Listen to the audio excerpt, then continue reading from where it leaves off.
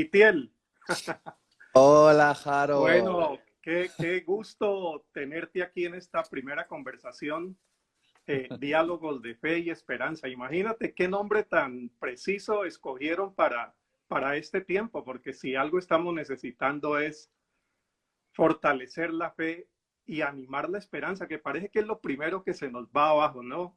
Itiel, en medio de la incertidumbre y de las pruebas. Bueno, un abrazo grandote para ti y bienvenido. Gracias, Harold. La verdad que el honor es mío. En primer lugar, por ser uno de los primeros en estas conversaciones y sobre todo por poder charlar contigo, ya que admiro mucho tu trabajo, tu perspectiva bíblica y como predicador me siento muy desafiado por mucho de lo que dices, mucho de lo que escribes y es un honor para mí tener una conversación contigo. Bueno, Itiel, mira, muchísimas gracias por esas palabras tan generosas y exactamente siento la misma gratitud con Dios de poder iniciar estos diálogos de fe y esperanza, como te decía contigo. Eres el primero. Vamos a anunciar más adelante quién va a ser el segundo, porque es un buen amigo tuyo y te mandó también saludos, pero eso lo dejamos para el final. Te tengo mucha admiración cuando he estado en España. Siempre me hablan de tu ministerio. Sin duda, en World Vision España eres un referente, eres el embajador de nuestro reto Mateo 25. De eso vamos a hablar más adelante también.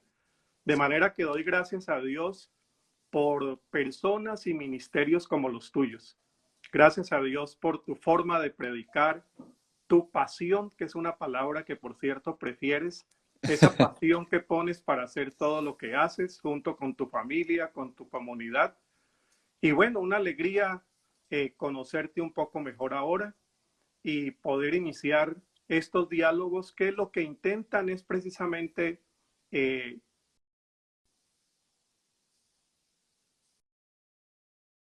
una interrupción allí, fomentar nuestra fe, animar la esperanza y sobre todo, Itiel, algo que creo que te preocupa también es cómo animar a las iglesias, cómo animar al pueblo de Dios para que en este momento de tantas necesidades podamos estar a la altura, podamos Mm, estar a la altura del llamado. Yo creo que estás de acuerdo con eso. ¿Cómo estar a totalmente. la altura? Y qué bonito que nos ha conectado una misión común, que en esta ocasión está bajo el paraguas de World Vision, Uh -huh. pero hay un paraguas todavía mucho mayor, que es la misión de Jesús. Así es. Y, y me siento feliz de tener esta conversación contigo exactamente por eso, porque sé que tu corazón y mi corazón se conectan en esta misión que arde intensamente en el corazón de Jesús, que es el cuidado de los más vulnerables Así es. en el mundo. Y desde que formo parte de World Vision, primero como padrino Sí. de un niño, pero también como embajador, estoy aprendiendo muchísimo. Mi entendimiento acerca de las diferentes situaciones en el mundo se está expandiendo, ¿no? Entonces, la verdad es que quería hacer esta conversación contigo también para que la gente que me sigue en las redes pueda conocer el trabajo que hace World Vision, unirse a él y Sí. también crecer en entendimiento de lo que está pasando en el mundo y cómo, como discípulos de Jesús, tenemos que reaccionar a esto. Ujú. Así es, así es. Esta es una iniciativa de World Vision España.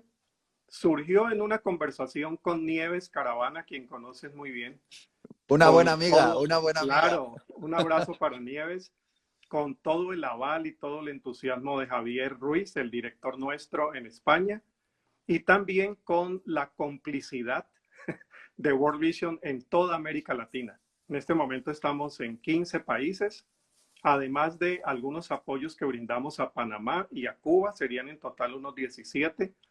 Entonces, uniéndonos para que en este momento también podamos ser una organización que ponga en la agenda de la iglesia la población infantil, sus necesidades y cuánto pueden hacer nuestras iglesias también a favor de la protección, y la promoción de vida plena en toda la amplitud de esa expresión, que es una expresión que proviene de Juan 10:10, ¿no?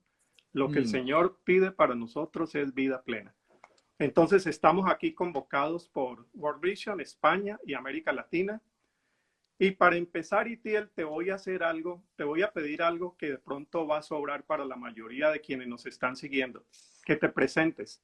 Yo no sé dónde eres más conocido, si en España, en tu país vasco precisamente, o en América Latina. Hace 2 años estuviste con el pastor Corson en Bogotá. Él mm, decía, bueno, Itiel pasa mucho tiempo en América Latina y hablabas de tu entusiasmo también con nuestro continente. mm. Pero bueno, tu presentación para quienes ya te conocen, Itiel. Bueno, yo me presento primero y luego te va a tocar a ti. Bueno, Pero sí, mira, como bien has dicho, soy vasco de nacimiento. Tanto mi esposa Damaris como yo nacimos en una región muy particular del norte de España que se conoce como el País Vasco. uh-huh. Y hay toda una explicación un poco larga acerca de esto, pero solo diré que los vascos pues tienen su propio idioma, que es el euskera.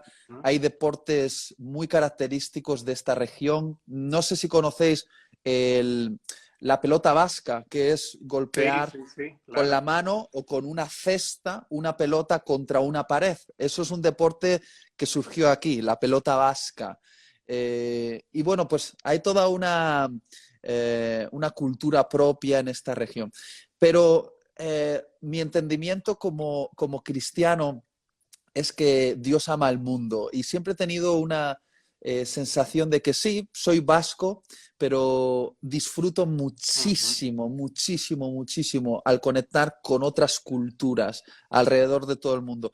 Y en Latinoamérica particularmente, Dios me ha dado tan buenos amigos que me siento un poquito latinoamericano también. O sea que es lo bonito del Evangelio, que puedes tener familia en cualquier parte del mundo porque somos todos hijos de un mismo padre y eso es súper emocionante. ¿Y qué más podría decir de mí? Eh, eh, si me preguntases hace unos años atrás, te diría que soy predicador, Ajá. pero últimamente me gusta decir más que soy padre, porque sí que es cierto que soy padre de una niña de 2 años, pero también me siento en cierto modo que estoy en una etapa de paternidad espiritual con los jóvenes a los que durante Uh-huh. años he estado predicando y ministrando y ahora no me identifico tanto como un predicador, sino más bien con alguien que tiene un corazón paternal con una generación que muchas veces se siente confundida acerca Sí. de asuntos importantes en sus vidas, ¿no? Y me siento así como alguien que intenta traer un poquito de claridad en medio de tanta confusión en Uh-huh. este mundo. Y no sé, esto si sirve como pequeña descripción, sería como me describiría ahora mismo. Formo parte de una comunidad aquí en Madrid, en la capital, que se llama Amistad Cristiana. He escrito un libro que se llama Amar es para valientes. Uh-huh. Y bueno, podría seguir, pero creo que ahora te toca a ti, Harold. Me gustaría saber algo de ti también. Tu hijita ya tiene, perdón, tu hijita ya tiene 2 años. Alaya se llama. Alaya, que es un nombre vasco que Ah, significa en español alegría. alegría. Ah, no, lindísimo nombre. Bueno, para comenzar mi presentación, Itiel, te digo que tengo familia catalana No me para digas, que te no me cuides, para que digas. te cuides. Voy a agarrarme los bolsillos porque los catalanes se conocen. Bueno, no te lo Ah, voy a decir por si hay caso hay no, catalanes por aquí. claro, claro. Mi suegro es catalán, mis cuñados son catalanes, viven en Tarragona y Barcelona, y Wow. uno de mis cuñados tuvo por varios años una novia vasca. Ah, wow. Él aprendió el euskera. Pablo José, que debe estarnos viendo, un abrazo para Pablo. Toca el acordeón, fascinado con las danzas vascas. Como te Wow. digo, habla el euskera De manera que siempre que yo oigo hablar del País Vasco, oigo hablar de gente buena, gente alegre, gente linda. Eh, Él terminó el noviazgo con ella, pero no el enamoramiento con el País Vasco. Fíjate, wow.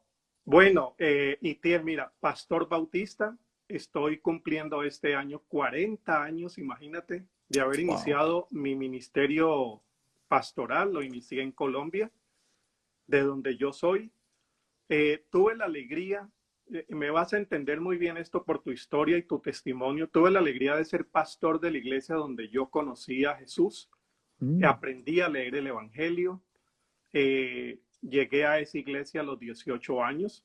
Había aprendido del Evangelio en los primeros 18 años como católico, de una familia muy católica, pero a los 18, en esos cambios de vida que uno hace y esas nuevas necesidades que surgen, encontré que eso que había escuchado tenía más que el significado de una tradición y que representaba el todo para una existencia y una posibilidad de cambio y novedad de vida. Llegué a esa wow. iglesia a los 18 años y más o menos a los 5 años de ser miembro de esa iglesia me invitaron para ser copastor. Eso fue en 1980, imagínate, ya 40 años. Y cuando estabas naciendo tú, yo estaba celebrando mi primer año como pastor titular. Wow, mis respetos, mis respetos. Entonces, esto te lo digo no para ganar autoridad, sino para decirte que esto bien pudiéramos haberlo llamado diálogo de dos generaciones distintas, pero igualadas por la misma pasión y por la misma misión. Amén, amén. Bueno, ya después del pastorado formal, fui pastor principal de esta iglesia por 15 años y de allí el seminario donde yo me había formado, hoy es una universidad bautista, me llamó para ser su rector. Mm, Mi pasión siempre se ha movido entre el ministerio pastoral y el quehacer teológico. Entonces yo como pez en el agua, siendo profesor, siendo rector del seminario y a partir del año 2000 vine para trabajar con World Vision.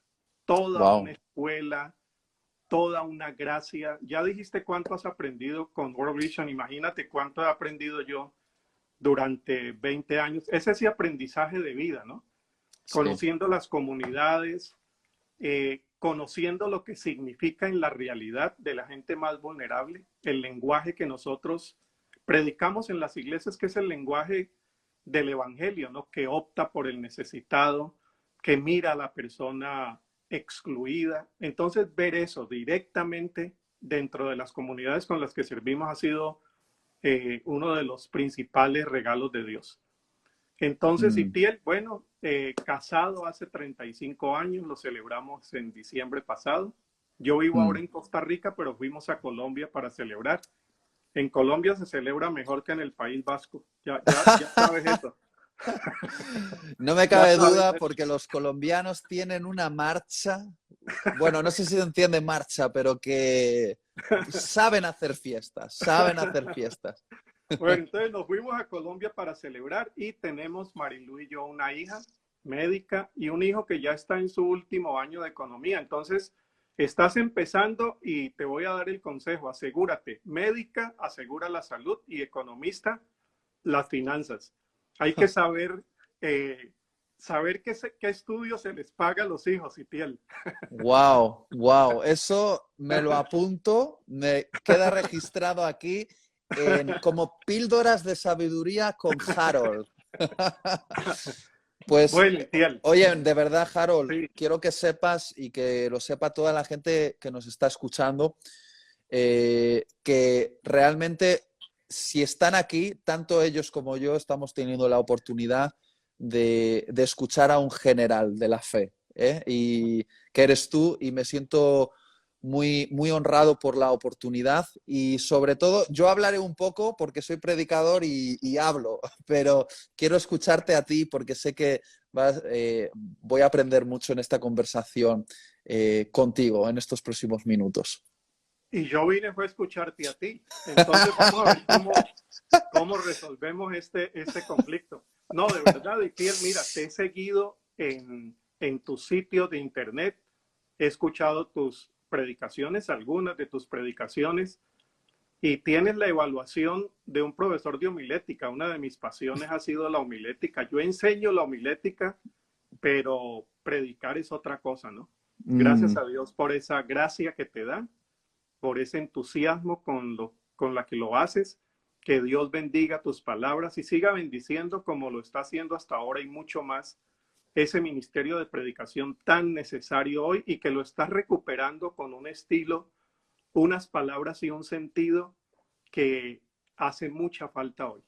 Sobre todo ese llamamiento de trabajar con la juventud. Que Dios lo bendiga mucho, Itiel. Bueno, entonces Gracias. vamos a ver quién habla más, porque estamos entre profesor de homilética y predicador. Pero quería escucharte algo que nos interesa mucho en América Latina, Itiel, y que conoces de primera mano. La situación con la pandemia en España es dolorosísima, dolorosa y de susto realmente. Quería que nos contaras un poco sobre cuál es el panorama actual y cómo ves las iglesias y cómo se están preparando ya para las fases de regreso a sus congregaciones. Tienes eso de primera mano, ¿no? Estando Sí, frente a tu iglesia. sí. Cuéntanos algo, Itiel. Bueno, resumiéndolo, aquí en España no estuvimos preparados, nos lo tomamos un poquito como si esto fuese algo que estaba ocurriendo al otro lado del mundo, en China, y jamás nos iba a tocar. Y cuando nos tocó tan fuerte que literalmente nuestros hospitales se colapsaron. El ejército español en Madrid tuvo que abrir un hospital de campaña.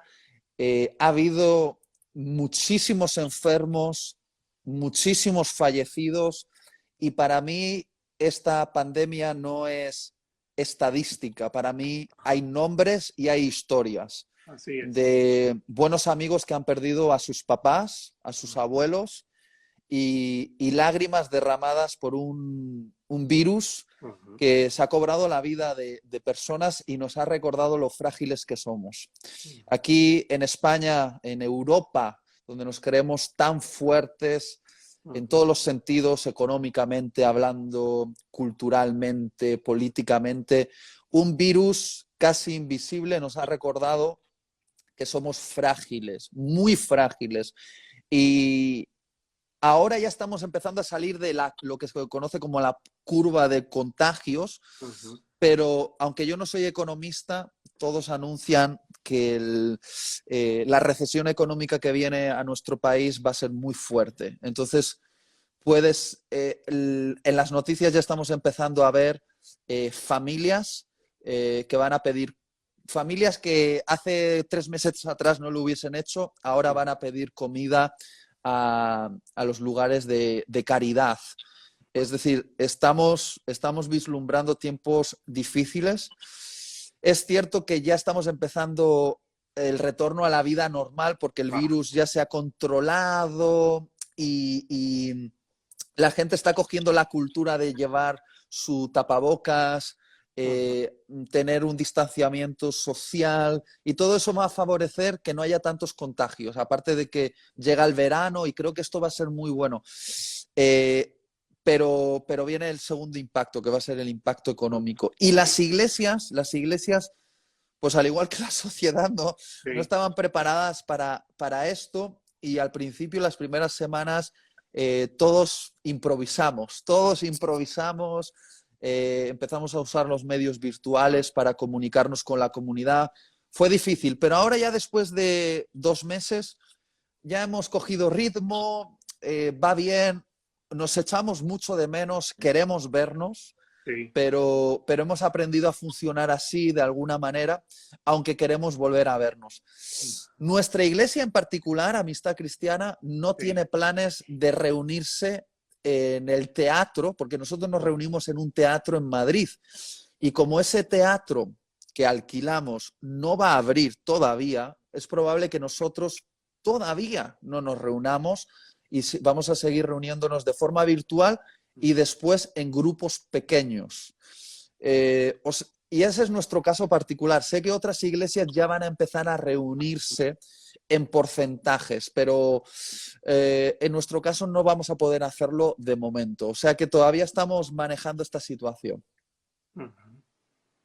Bueno, la situación en España, como dices, ha sido gravísima y como para los demás países es una situación que nos tomó a todos por sorpresa, ¿no? Los grandes golpes, mencionaste uno de reconocer lo que tantas veces habíamos leído en la Biblia, que somos seres limitados, que no tenemos el control y que dependemos los unos de los otros. Imagínate Mm, cosas tan básicas, tan esenciales, pero cuando nos llegaron, parecía que eso no lo habíamos registrado, ¿no? En mm, nuestros datos de vida y nos ha sorprendido. Nos ha sorprendido. Damos gracias a Dios que ya España esté avanzando hacia fases siguientes. En América Latina, seguramente has escuchado que mm, el caso de Guayaquil, sobre todo, es un caso muy, muy grave. mm. Oficialmente las cifras no coinciden siempre con las cifras que dan otros organismos internacionales que están midiendo el impacto de la pandemia.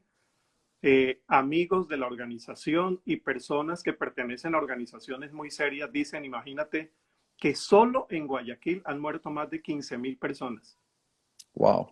Esos datos no siempre están llegando, pero incluso los oficiales son datos ya alarmantes, alarmantes. Entonces el desconcierto, eh, la pregunta de qué va a pasar de aquí en adelante, seguramente esa curva se va a aplanar, vamos a superar este momento más crítico, pero bien ha señalado que los temas económicos, el impacto va a ser muy grande, muy grande. Mm, Y la pregunta, ¿no? No solamente qué vamos a hacer como familias, como individuos, como empresas, sino qué vamos a hacer como iglesia. Y sí. todavía no encontramos la respuesta, Etiel. No sé si en España han avanzado. Hay muchos foros sobre iglesia y pospandemia, fe y Mm. pandemia, temas de solidaridad, temas de acompañamiento psicoespiritual. Eh, no sabíamos cómo acompañar pastoralmente a una persona que pierde su familia y no podemos ir a la casa fúnebre, Ya, no wow. podemos acompañar. Imagínate, lo vivieron ustedes allá también. Entonces el impacto aquí está siendo muy fuerte. Caso, como te decía, de Ecuador, caso de Brasil pasa a estar entre las estadísticas más altas del mundo. Y otros países que nos tienen también muy preocupados. Yo vivo en Costa Rica, como te dije, entre Uruguay y Costa Rica están las cifras del mejor manejo. Gracias a Dios por eso. Estamos entrando en una fase 2, pero nos preocupa América Latina, nos Sí. preocupan las iglesias, nos preocupa lo que viene. Los datos que tenemos en World Vision es que aproximadamente 35 millones de latinoamericanos pasarán a engrosar la cifra que ya era muy alta de pobreza. Mm, Y en el caso de la niñez, que nos interesa a los dos, en el caso de la niñez, más de 1.000 millones de niños y niñas en el mundo expuestos a situaciones de violencia durante el periodo de confinamiento. sí, Entonces, sí, en World Vision lo que estamos haciendo es un llamado a los gobiernos. Sí, en la sí. agenda gubernamental tiene que estar también la niñez. Hay muchas cosas que están pasando en los hogares, en el confinamiento. Si pasaba violencia intrafamiliar cuando no estábamos confinados, imagínate, eran cifras que manteníamos escondidas mucho más ahora cuando no podemos registrar todo lo que está pasando puertas adentro. Sí. Pero sobre todo, Itiel, ¿qué representa todo esto para el pueblo de Dios y cómo lo leemos, ¿no? ¿Cómo lo leemos? ¿Qué significa para iglesias que quieren ser como la tuya, instrumentos en las manos de Dios, dirigiéndose a las personas más vulnerables, niños y niñas sobre todo?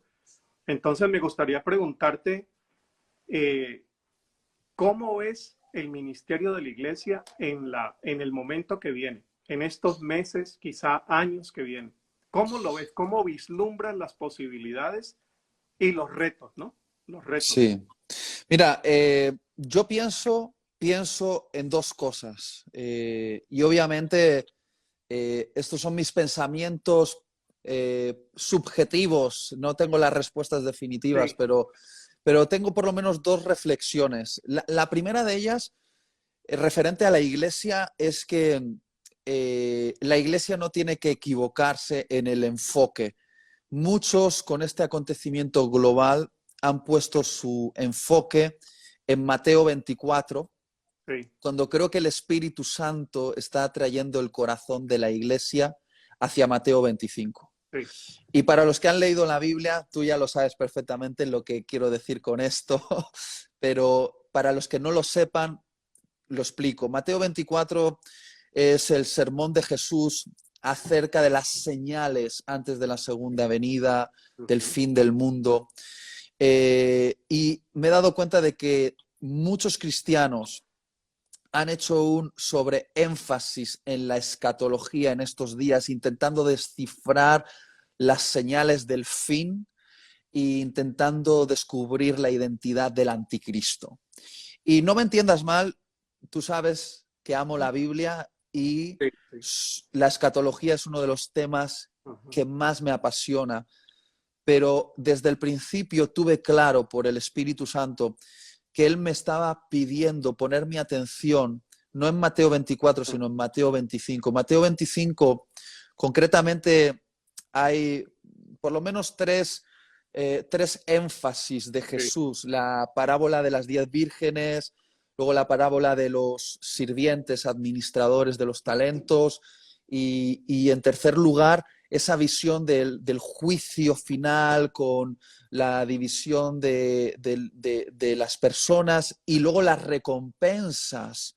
Y justamente es en eso en lo que me quiero centrar, justo en esa parte, en la parte en la cual Jesús dice que en ese momento, en Mateo 25, se describe cómo Jesús va a empezar a dar las gracias a sus siervos Sí. y les dice cosas como, gracias por darme de beber, gracias por darme de comer, gracias por cuidarme cuando estaba enfermo, gracias por venirme a visitar a la cárcel. Ujú. Y se describe en el Evangelio como la sorpresa de esos siervos diciéndole a Jesús, Jesús, oh Rey del universo, ¿cuándo te vimos sediento, hambriento, enfermo en la cárcel? Y Jesús les dice, ¿recordáis aquella vez en el que disteis de beber un vaso de agua a un sediento? Me lo estabais dando a mí. ¿Os recordáis aquella vez cuando disteis un plato de comida a un hambriento? Me lo estabais dando a mí. O aquella vez que fuisteis y agarrasteis la mano de un enfermo en su lecho de muerte, me estabais agarrando la mano a mí.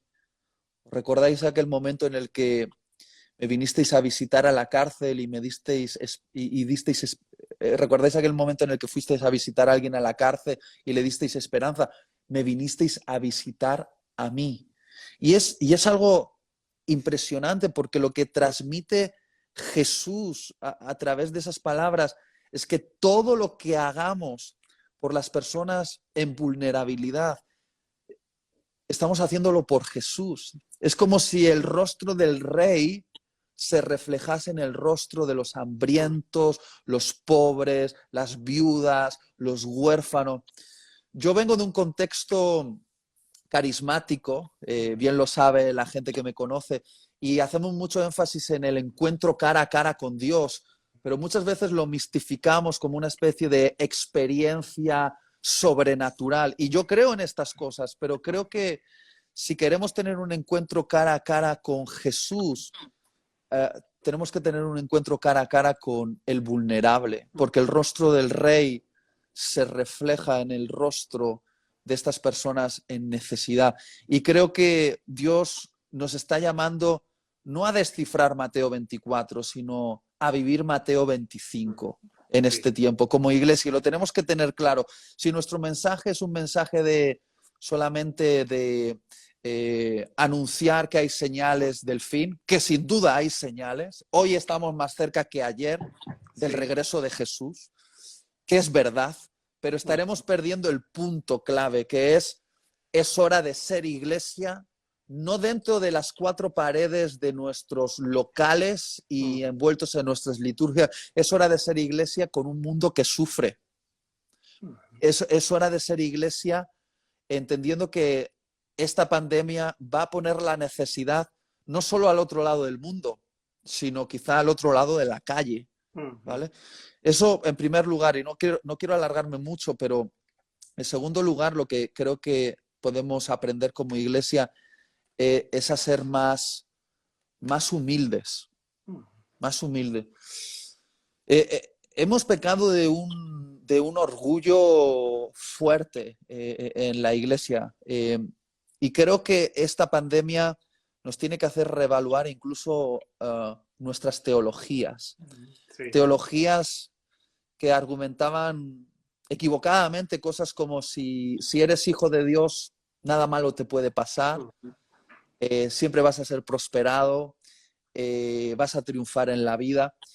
Y que nadie me entienda mal, yo creo que soy hijo de un buen padre, que es Dios. Pero en ningún lado de las Escrituras veo la promesa de que no vaya a sufrir en esta vida. Y creo que toda esta situación y ver cómo esta enfermedad ha tocado a gente de nuestras iglesias, ha sacudido nuestras economías, nos ha puesto en situaciones difíciles. Creo que nos está dando la oportunidad de humillarnos, porque humillarnos nos conviene. Nos conviene. Creo que tenemos el mensaje más poderoso y más verdadero, es el Evangelio, pero a veces lo hemos transmitido con mucho orgullo. Y creo que cierta humillación va a eliminar obstáculos en la transmisión de este mensaje. No sé si me he explicado con claridad. Pero muy claro, Itiel, y me gusta mucho ese contraste que estás haciendo entre Mateo 24 y Mateo 25.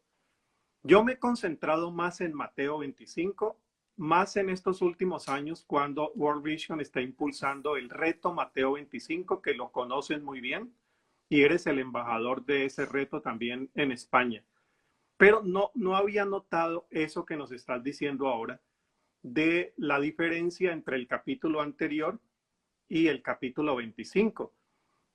A propósito, esta ha sido una de mis preocupaciones porque también he visto ese auge de apocalipticismo en la iglesia. Sí, aquí en América Latina lo he visto, seguramente en España has visto como lo está registrando ahora también. Hablo de apocalipticismo y no de apocalipsis. El apocalipsis no tiene para nosotros más que ese mensaje de esperanza, ese mensaje de crítica social también al imperio, en fin. Pero hablamos es del apocalipticismo, con el ismo, esa exageración en la catástrofe, esa exageración en el miedo, que es lamentable, ¿no? Que la religión tenga que acudir al miedo para presentar a Jesús. Entonces, allí en Protestante Digital de España, Lupa Protestante, blog de Bernabé de América Latina, me publicaron hace poco un artículo muy pequeño donde yo hablaba de ese contraste entre profecía y apocalipticismo. Hay mucho apocalipticismo, pero la profecía que denuncia la vulnerabilidad de tantas personas, las injusticias, las desigualdades, este desorden social en el cual veníamos viviendo y que la pandemia nos lo está revelando como nunca. Entonces, retomando esa tradición de los profetas del Antiguo Testamento, Miqueas, Joel, Malaquías, donde se sacuden e intentan sacudir al pueblo diciendo esto no es la voluntad de Dios y se enfrentan a los reyes. A esa profecía me refiero, ¿no? Y creo que es esa profecía en la que coincidimos precisamente en esa perspectiva de que quizá este es un momento más profético de acción que apocalíptico o de apocalipticismo, donde fomentamos miedo y traemos mucha desesperanza. Voy a agregar algo más a Mateo 25 que lo mencionaste también. Es que Mateo 25 nos trae un duro y directo golpe a las teologías más tradicionales que han pensado que a Dios lo encontramos en el culto, a Dios lo encontramos en la experiencia mística, lo encontramos en tantas otras referencias que hemos hecho a través de los años, pero Mateo 25 dice, bueno, atención, si es que están tras la búsqueda de Jesús, tras la búsqueda del rostro de Dios que nunca fue posible para Moisés, aquí está, es el que está en la cárcel, es el que está desnudo, es el que está con hambre, el huérfano, el que está sufriendo. Entonces te digo, eso para mí ha sido contundente. Que Jesús llegue al extremo de decir que a Él lo encontramos en el rostro del necesitado, como se diría en ciertas teologías, que el pobre es sacramento de Dios, que se nos descubre el misterio de Dios en el pobre, eso es contundente para nuestras teologías. Y que nosotros no lo vemos así. Y cierro aquí con algo. En Madrid el año pasado, en World Vision, me dieron la oportunidad de ir allí a General Lassi, a la primera iglesia bautista, para hacer el lanzamiento del reto Mateo 25. Y una de las cosas que observé estudiando el texto es que mira esto. Los que actúan bien, los que actúan mal, dicen, no lo hicimos porque nunca te vimos desnudo. Es decir, como diciendo, es que si hubiéramos sabido que eras tú, lo hacemos. Entonces, lo vieron desnudo, pero no pensaron que era Jesús. Mucho menos Jesús en la cárcel, mucho menos Jesús con hambre. Pero hay el otro grupo que actúa según la voluntad de Dios. Sirven al necesitado, visitan al enfermo, socorren, abrazan, acogen, pero tampoco se dieron cuenta que era Jesús. O sea, los dos grupos, el uno no lo hace, el otro lo hace. Y a los dos Jesús les hace el reclamo. Cuando lo estabas haciendo a uno de esos más pequeños, mira, es que me lo estabas haciendo a mí mismo, a mí mismo. Entonces, los dos grupos no captan eso. Viene después Mateo 28, que es la misión.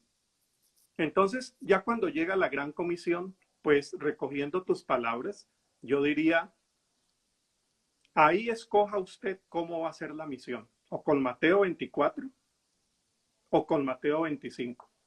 Los discípulos parece que tenían más fascinación por el 24. Señor, ¿quieres que descienda fuego del cielo sobre estos sinvergüenzas samaritanos y los destruyamos de una vez? Y el Señor dice, paciencia, ¿no? Paciencia, esto se hace, la misión se hace de otra forma. Pero qué bueno que llegue el Mateo 28 cuando tenemos esos contrastes.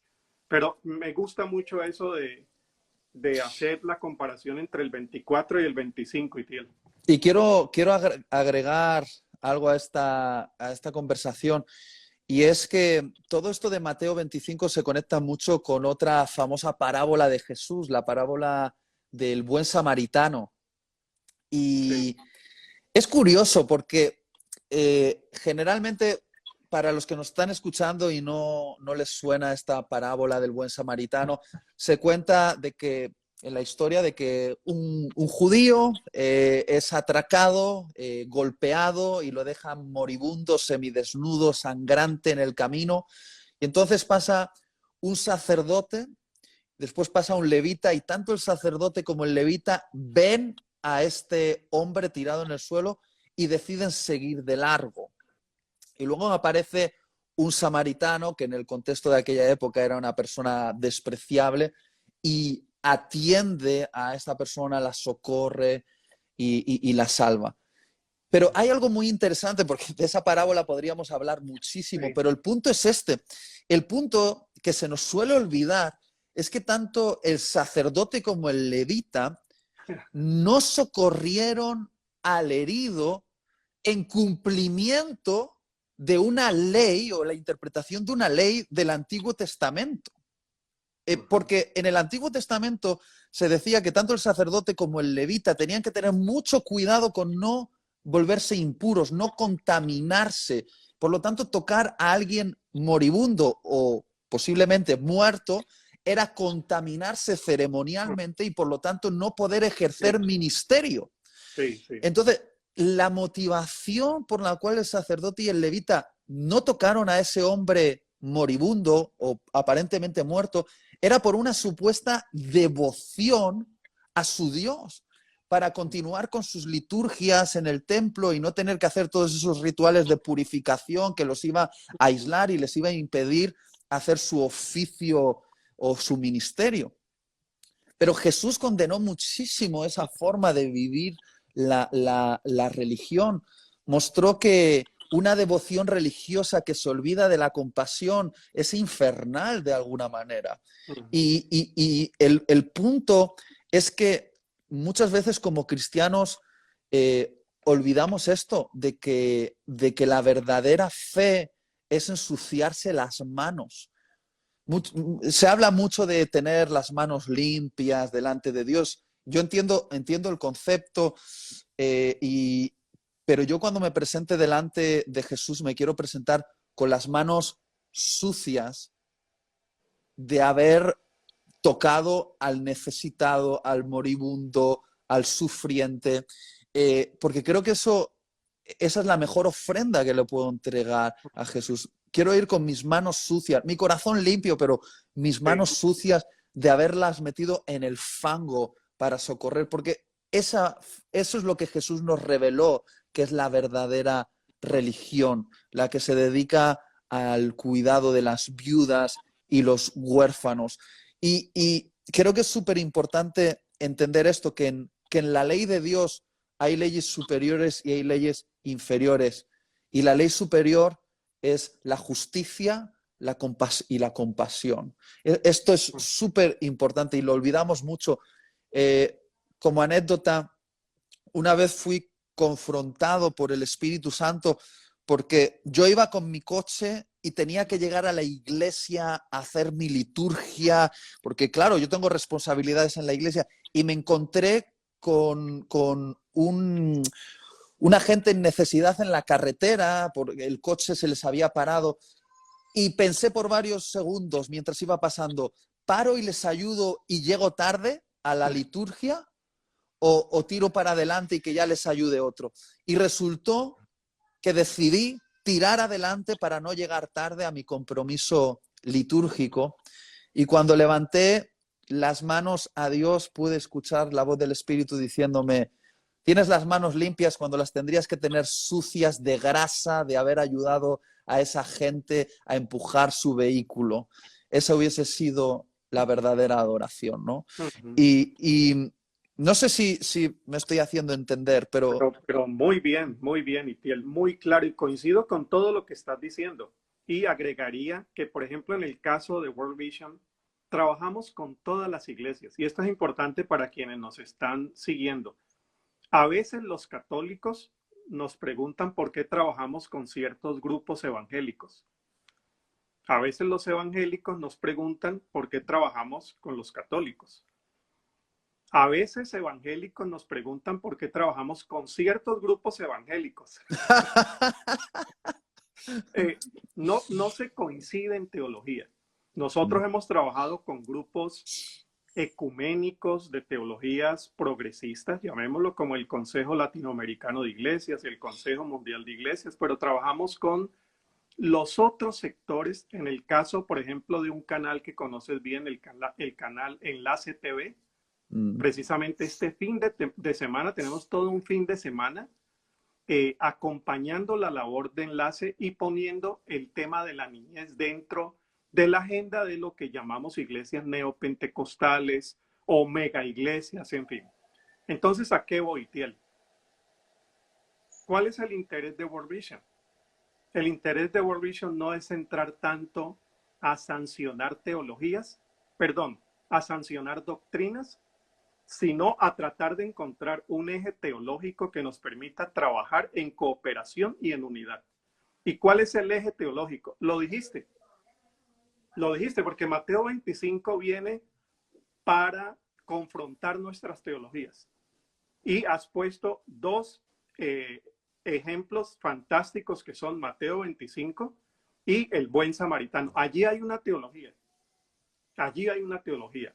El que acude a la iglesia porque piensa que la iglesia es primero, tiene una doctrina.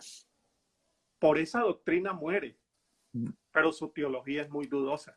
si es que es posible hacer diferencia entre doctrina y teología. Hagámoslo aquí por referencia solamente pedagógica. Entonces, lo que buscamos en nuestra organización de servicio es bienvenidos todos los que atendiendo la vocación de Dios se comportan como un hombre que tenía poco que ver con la sana doctrina, como es el samaritano. Que a propósito era un samaritano, ¿no? Era un samaritano. Creo que esa fue la cachetada de parte de Jesús hacia el pueblo de Israel.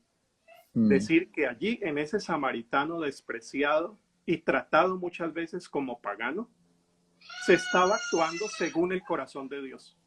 Según el corazón de Dios. Entonces reunimos católicos, evangélicos, protestantes, anglicanos, en el caso sobre todo de Asia y África, donde has estado también haciendo trabajo voluntario con World Vision y que tanto tenemos que agradecerte por eso. Trabajamos junto a redes interreligiosas, pero todo alrededor del hombre caído a la vera del camino.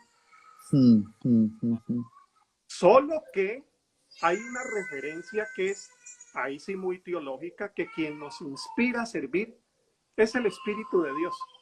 Así es. Es el Espíritu de Dios, es el sentido de humanidad que el Evangelio pone en nuestros corazones, es la responsabilidad por el otro, que en la pandemia estamos ahora más conscientes de todo lo que eso significa. Y permíteme traer aquí también una nueva campaña que estamos impulsando en World Vision y que conocen muy bien, que se llama Héroes Anónimos. A mí me ha gustado muchísimo esta campaña. He visto 1000 campañas en estos 20 años, pero esta es de las que más me gusta. Y mira lo que pasa con el samaritano. Ese es un héroe anónimo. Mateo 25 está cargado de héroes anónimos. No tienen nombre. Al samaritano no se le dio nombre. Entonces, nosotros durante estos meses estamos impulsando una campaña en la que reconozcamos los héroes anónimos. Hay personas que están haciendo cosas hermosas, cosas con un sentido social profundo, con sacrificio y exponiendo la vida, pero que no salen en televisión española, no salen en CNN, no salen en los grandes canales, no mojan páginas de diarios, pero a la vista de Dios están.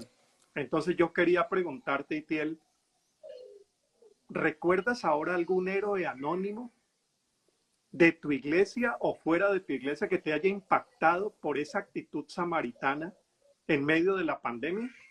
¿Recuerdas a alguien?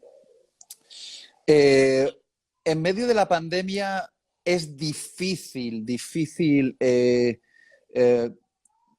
conocer las historias todavía para mí porque hemos estado muy aislados. Entonces, las historias que tengo de héroes anónimos están relacionadas con mi propia iglesia local. En mi iglesia local hay héroes anónimos que rápidamente, en cuanto comenzó esta pandemia, dijeron que querían abrir un fondo de ayuda para los necesitados en la comunidad y fuera de la comunidad. Y fue casi una de las primeras iniciativas en nuestra iglesia. Decir, bueno, en nuestros diezmos y nuestras ofrendas hasta ahora, y como lo hemos estado haciendo, ha estado bien, pero ahora vamos a motivar a que la gente dé a este fondo que va a ser utilizado para llenar la nevera de comida a la gente, pagar el alquiler al que no pueda, atender algún tipo de urgencia.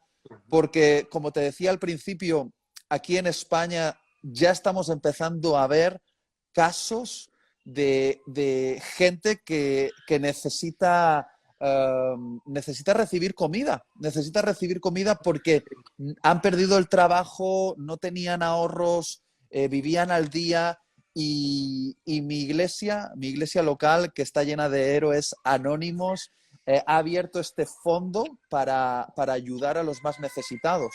Y bueno, quiero honrar a todas esas personas de mi iglesia local por tener el corazón alineado con Mateo 25 en estos tiempos. Sí, yo estaba también haciendo el esfuerzo de pensar en estos héroes y heroínas anónimas No hay que hacer mucho esfuerzo, hay tanta gente, sobre todo cuando estamos cerca de una comunidad de fe, como estás tú y estoy yo pastoreando, predicando, uno ve tantas cosas que impactan y que inspiran, pero que no pasan a la plataforma, ¿no? Pasamos nosotros, no pasan a la plataforma, pero están muy cerca del corazón de Dios por lo que hacen. Yo estaba recordando entre esas tantas personas que uno puede destacar, eh, Ana, voy a hablar de Ana. Mm. Ana vive en Barcelona, no es catalana, vive allí. La compañera de Pablo José, a quien te mencioné antes, esto va a ser sorpresa para Pablo. A mí me impresiona lo que Ana ha estado haciendo en estas últimas semanas. Ella ya lleva algunos años trabajando en un hogar de ancianos en Barcelona. Y mira, en pleno confinamiento, Ana salía a la misma hora que ha salido siempre para acompañar a los ancianos. Mm. En un día se estaban muriendo tantos ancianos como se morían en un mes o 2 meses. En una semana se estaban muriendo los que ella nunca pensaba que se iban a morir tan rápido. Ese número de ancianos y ancianas muertas era un dato para un año, pero estaba pasando en cuestión de días, de semanas. Mm. Regresaba en la noche cansada, agotada y con el corazón llorando, porque ya sabes que personas que hacen trabajos así, en el lenguaje evangélico serían ministerios así, servicios así, son personas que lo hacen más allá del salario. Sí, Mm. su motivación no es esa, su motivación es el servicio, su motivación es la vocación, es el servicio al otro. Y yo quiero presentar aquí a esa heroína anónima, que es Mm. Ana. Wow. Mi cuñado me dice que en las noches cuando ustedes salían para aplaudir al personal médico, personal de salud, Ana salía y todo el vecindario la aplaudía. Y Wow. me dice Pablo José, mira, ella no sabía qué hacer, ella no está acostumbrada a los aplausos. Wow. Qué A los tremendo. aplausos estamos acostumbrados, Itiel, tú y yo, en la plataforma, en los Sí, saludos de la gente que nos quieren más allá de lo que deberían querernos muchas veces, pero nos quieren, es cariño, cariño sano. sí. Ella no sabía qué hacer con los aplausos. Entonces dice mi cuñado que tiene muy buen humor, bastante buen humor, es teatrero. Salía con el acordeón a tocar las danzas vascas y decía, pero a mí no me aplaudían tanto como a ella. Pues Pues una heroína qué anónima de las tremendo. muchas que hay, no va a una iglesia, tiene una fe muy personal, pero es de esa gente que quizá Jesús, sin exagerar, hubiera tomado como modelo para alguna parábola. Pues eh, nos queda nada, antes de que se corte esta conexión, porque hay Sí, un límite, nos quedan como sí, dos sí, sí, ya minutos, estamos a unos minutos. pero estoy seguro que no solo la aplaudía su comunidad a Ana, sino que los ángeles han Sí, aplaudido a Ana y espero que nos llevemos aplausos celestiales, porque aplausos terrenales es fácil llevarse. Si dices lo que la gente quiere escuchar, la gente te aplaude.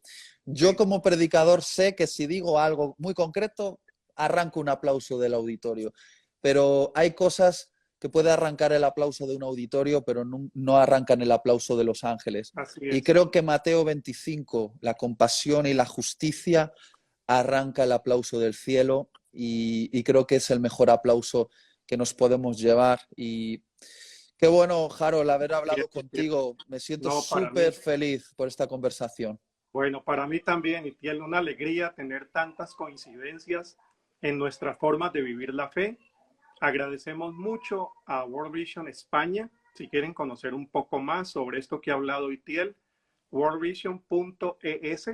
Y si quieren conocer lo que estamos haciendo en América Latina y unirse a algunas de nuestras causas, World Vision Latinoamérica o americalatina.org. americalatina.org. Bueno, Qué y en bueno. redes sociales muy fácil, ¿no? World Vision, allí vas a encontrar en redes y vas a encontrar más de lo que pudiera quizá inspirarte para un servicio en tus iglesias, tus comunidades, tu familia, como lo está haciendo Itiel y como lo vengo haciendo yo también. con un corazón que crece en la medida que uno encuentra tantas heroínas y héroes que hacen ese trabajo que se atrae el aplauso de los ángeles. Amén. Quiero dar las gracias también a Marcela Ballestero, aquí en Costa Rica, a Nieves Caravana en España, a Víctor Martínez en México, a Diego Rivadeneira en Quito. Era todo el equipo que nos estaba respaldando, desarrollando todo el diseño, el concepto para estas conversaciones. Y te voy a anunciar y les anuncio a todas y todas, el próximo viernes a la misma hora, solo decidimos apenas esta mañana, como estamos decidiendo muchas cosas en pandemia, ¿no? Eso resulta muy rápido. Luis Alfredo Díaz. ¿Recuerdas a Luis Alfredo, el Sí, cantautor? un clásico, un Cantautor. clásico, un Bueno, clásico. si estamos hablando de edades, cuando yo empecé el ministerio, él ya llevaba Ya llevaba, varios ya años. Luis llevaba. Alfredo nos está viendo. Y ha atravesado todas estas generaciones cantando entre católicos, evangélicos, todas las denominaciones. Cuando le dije que iba a tener la charla contigo, me dijo, claro, ya sé, salúdame al flaco. Entonces te Sí, estoy sí, dando el sí, sí. saludo de parte de Luis Alfredo Si Luis e Alfredo nos invitándole, escucha, le mando un abrazo también en la distancia. Por el cierto, Harold, famoso, la sí, gente dice aquí, es porque se va a cortar ya, que, sí, que dejes grabada la sí, conversación, sí, sí, ¿vale? correcto, la Entonces voy a dejar grabada. ahí se va a quedar. Bueno, un gran abrazo para ti, para Damaris, para tu niña, para tu congregación, que Dios siga cuidando y bendiciendo siempre tu vida y gracias por ese corazón de servicio a los demás. Un abrazo, Itiel. Adiós, hasta Bueno, pronto. chao y muchas gracias a todos los que nos acompañaron.